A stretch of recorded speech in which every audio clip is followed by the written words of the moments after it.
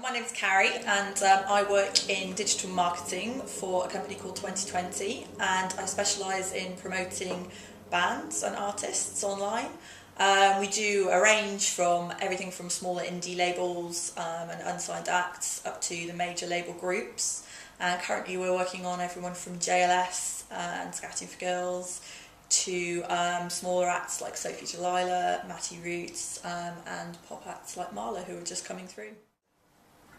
Okay, I think there's various different ways to engage with your fans online. I mean, obviously social media is the kind of buzz term at the moment with online PR, and people are using it to varying degrees of success online. But I think the key with bands is that you need to engage directly with your fans, and social media allows you to do that. It's not just a distant kind of prospect. Bands these days, you can actually get to learn about personalities, you can get to learn about what they like, what they dislike. I mean, obviously Twitter's a way of following exactly what people are doing on a day-to-day basis. You can see what your favourite artists are having for lunch even, or where they're going on holiday, where they're shopping, all these things. And they all help to create a really powerful brand around the artist and the band. And obviously Facebook's fantastic for that too. And also content is so important with these things. It's not just about having thousands of followers or thousands of fans on Facebook. It's about having content on there that's really going to help develop your fan base.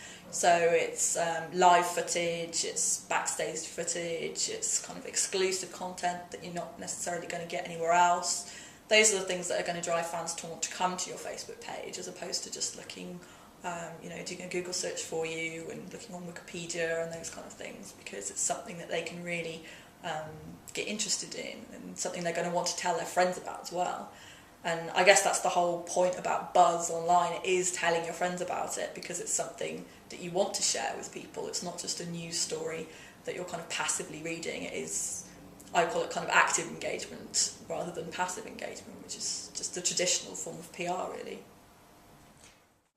I think if a band is going to manage all the social media accounts themselves, for a start it's really important that they do. I mean, the whole point of social media is that you are engaging with your fans. So I think if fans can see that it's not you speaking to them, if it's a PR person or someone behind the scenes working for them, then that's going to put them off massively for a start. You need to make sure that it is you speaking directly to your fans through these platforms. And obviously it is a long-term commitment, these platforms. You can't put up a Facebook page and put something up there once a month, or you can't have a Twitter page that you only tweet on once a month. There has to be an ongoing commitment to these things, otherwise people will lose interest and it can do more harm than good really in that way.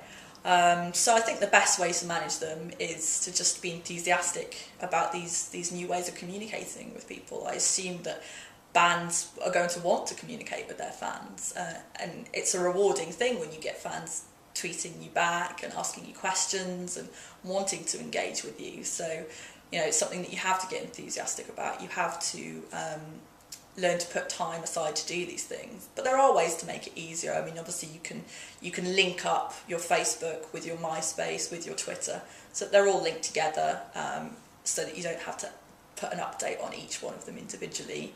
And that makes it a bit easier.